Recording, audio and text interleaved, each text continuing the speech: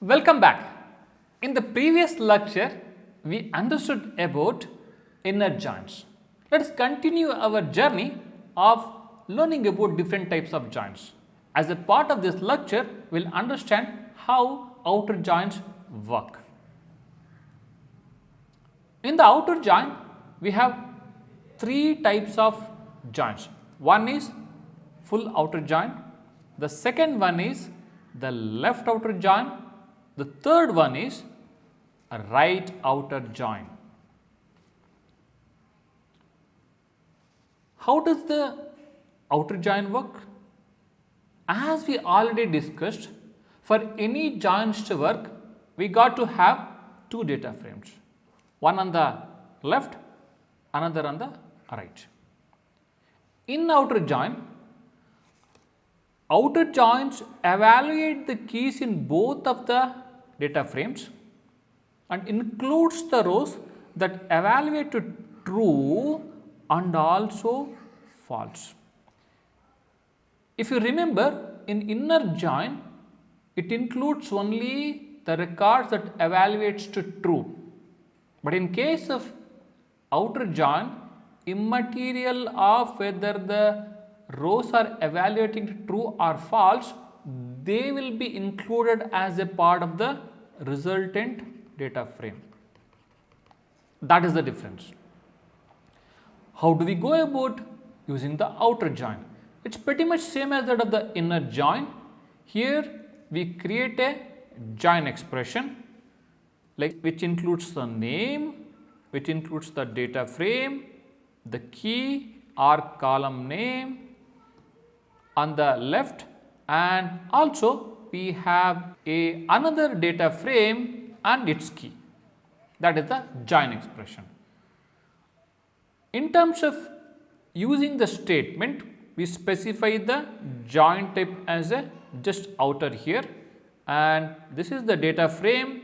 We are using a join here. This is another data frame on the right side. We are using a join expression which we have already created, and we are specifying the join type. It's pretty much same as that of inner join, except that you got to mention the join type as a outer join. It includes the rows which are evaluating to true or false. Okay, it is including the rows which are evaluating to true or false. In inner join, it was pretty much clear. Whenever there is a match on the left and right, there is no problem of null values and all those things. But in case of outer join, wherever the records are evaluating to true, we do have the record from the left and right. So what happens to the records which are not matching, which are evaluating to false as per the join expression we have provided? What Spark does in that case is it inserts the null values. In this case, if you see this particular record from the right data frame doesn't have a matching record on the left side. That is the reason it is including the null value here. Having understood the outer join, let us understand variations of outer join, that is left outer join and right outer join.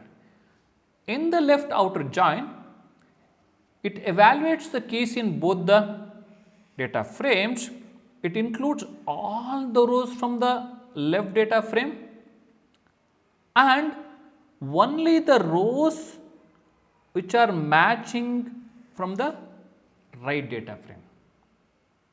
So all the rows from the left data frame, immaterial whether they are evaluating to true or false, only the matching records from the right data frame.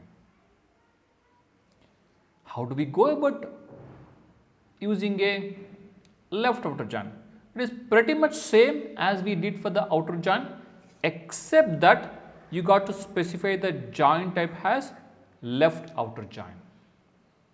I hope it's clear. How does the right outer join work?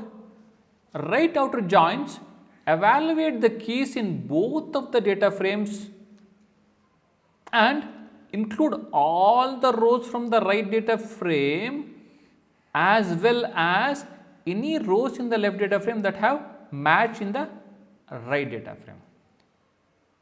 Whether the records are evaluating to true or false, all the records from the right data frame are included.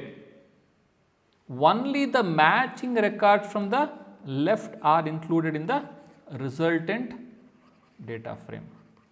Isn't it simple? Wonderful. You have a awesome time. Thank you.